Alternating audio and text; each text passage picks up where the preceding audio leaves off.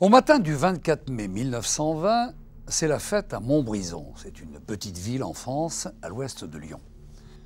On attend le président de la République, Paul Deschanel, pour une de ses inaugurations provinciales dont il raffole. C'est un orateur, l'un des premiers grands hommes politiques du XXe siècle. Il vient de se faire élire en battant Clémenceau. On attend donc le président Deschanel en cette matinée, le ministre de l'Intérieur est là, sa délégation, le maire, les enfants des écoles, mais la fête ne va pas avoir lieu. Car le président, que tout le monde attend à la gare de Montbrison, ce président n'est pas dans le train. Personne de sa suite, 54 personnes tout de même, ministres, sénateurs, députés, généraux, journalistes, etc. Eh bien, personne ne l'a vu quitter le compartiment présidentiel depuis la gare du Nord. Il y dormait, il avait même pris un somnifère, d'ailleurs, ses vêtements sont encore là. Où est-il passé?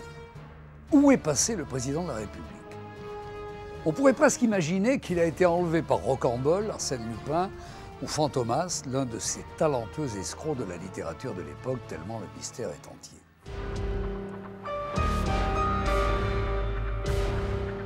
Pour savoir ce qui est arrivé, revenons sur le trajet, 350 km en arrière.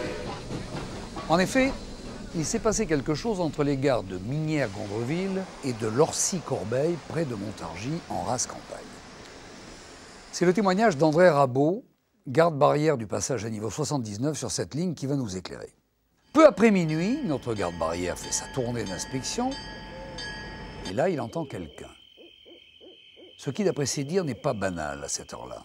Alors, dit-il, je regarde un peu avec ma lampe tempête, là, et qu'est-ce que je vois? Un gars qui marche de traviole, avec du sang plein les joues, en pyjama, et qui vient vers moi. De quoi vous mettre la chair de poule? Il avait l'air rond comme une futaille, le gars, et il me dit comme ça qu'il est le président de la République. Alors moi, je lui dis, je suis le roi d'Angleterre, peut-être même le pape. Tout de suite, André Rabot va réveiller Gustave Dariot et sa femme, qui habitent à côté. Ils accueillent l'homme en pyjama, qui leur raconte qu'il est tombé du train, et il insiste, je suis le président de la République, je suis Paul Deschanel.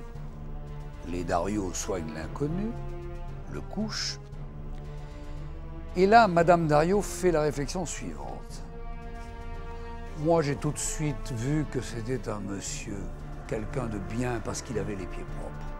Et, fort de cette constatation, son mari file alors réveiller toute la gendarmerie de Corbeil pour annoncer que le président de la République dort chez lui, dans son lit. Imaginez la tête des gendarmes qui vont finir par appeler Montargis. Puis en pleine nuit, réveiller un officiel important qui leur assure que le président est bien dans le train, qu'on ne va pas arrêter le train et qu'on ne va certainement pas le déranger pour voir s'il est là, etc., etc. Bref, il faudra attendre le lendemain matin pour que le sous-préfet accourt pour chercher le président en voiture.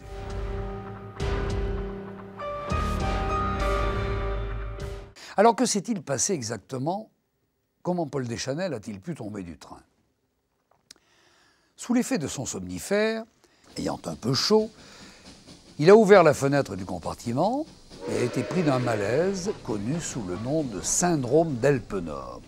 Selon ses médecins, c'est une manière élégante de dire qu'un peu d'alcool mélangé au somnifère pouvait poser problème. Puis il a basculé, tombant sur le bas-côté, mais heureusement, le train a ralenti à cet endroit-là à cause d'une zone de travaux. Ce qui est intéressant, ce sont les conséquences politiques de toute cette aventure. Car ses ennemis, dont Clémenceau, vont vite mettre à profit cet incident. C'est le début d'une campagne de calomnie, ce qu'on appellerait aujourd'hui un lynchage médiatique. Toute la France éclate de rire. On vend des petits Deschanel en pyjama, les caricaturistes s'en donnent à cœur joie et les chansonniers créent un fameux tube sur un air de gavotte et l'on fredonna. Il n'a pas abîmé son pyjama, c'est épatant, mais c'est comme ça. Tandis que le public de Montmartre applaudissait une autre chanson au titre évocateur, un pyjama dans la nuit. Tout un programme.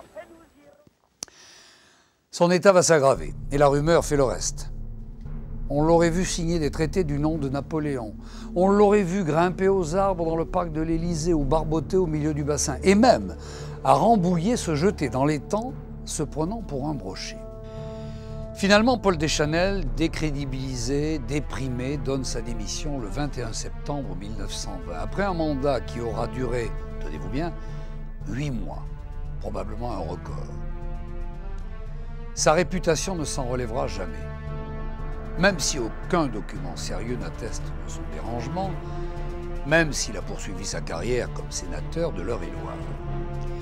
La mémoire collective a conservé l'idée que ce président était curieux, étrange, tout simplement parce qu'il était tombé du train.